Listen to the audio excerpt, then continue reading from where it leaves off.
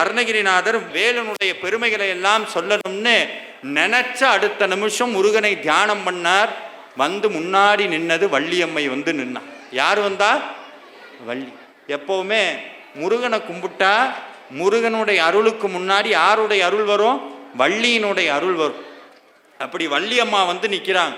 சாமி மிரண்டு ஓனர், அம்மா வந்துட்டியா, நான் வேலை பற்றி தானே சொல்லணும்னு நினச்சேன், நீ வந்து நிற்கிறியே. சாமி சொல்கிறார், பருத்த முளை, சிறுத்த இடை, வெளுத்த நகை, கருத்த குழல், சிவத்த இதழ், மரச்சிறுமி, விழிக்கு நிகரா.